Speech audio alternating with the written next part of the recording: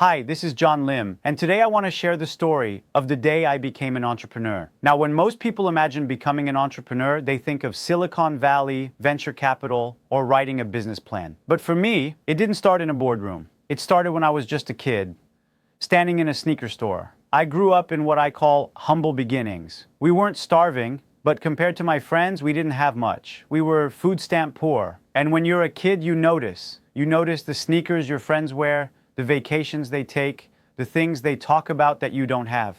I was the oldest of 4 kids. Me, my brothers Robert and Chris, and my sister Nicole. My brother Robert was born less than a year after me, my Irish twin. And when he came into this world, he had a hole in his heart. That shaped a lot of what went on in our family. My dad had one rule: no sneakers over $50, and with 4 kids it made sense. Sneakers were expensive. When we did get them, we all got them together. As the oldest, I wore mine out faster. I played sports, I was always outside, and once my feet hit adult sizes, the prices doubled or tripled. One day, my dad took us to the sneaker store. By then, he and my mom were separated, and I think he carried a lot of guilt. That day, he broke his own rule. He bought my brother Robert a pair of sneakers that cost more than $50. But when it came to me, he refused. His reason? He said, "Your brother was born with a hole in his heart." Now, I was just a kid, 8, maybe 9 years old. I didn't understand guilt or family dynamics. All I knew was this: we had a deal, and he broke it. And in that moment, it wasn't about sneakers. It was about fairness. It was about trust, and it broke my heart.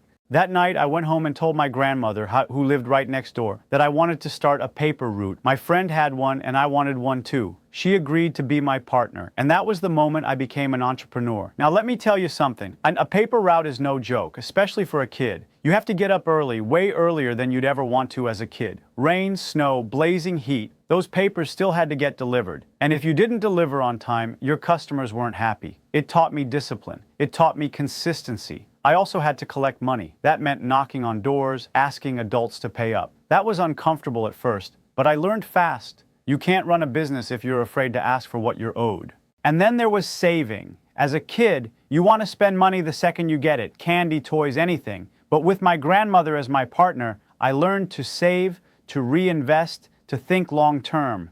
Looking back, that paper route gave me more than money. It gave me independence. It gave me confidence. It showed me that I could create my own path, that I didn't have to wait for someone else to change the rules for me.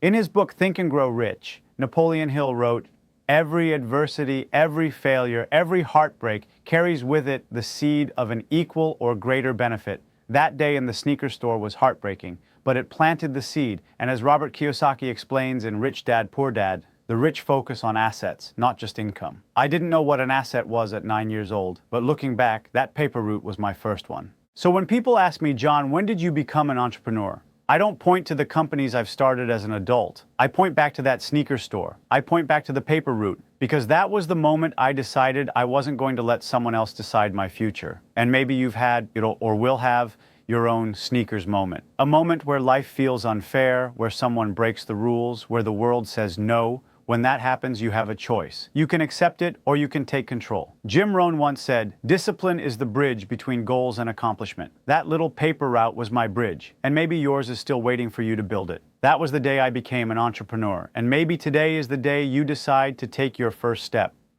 Thanks for listening, and I'll leave you with this. Fairness isn't always given to us, but freedom is something we can create for ourselves.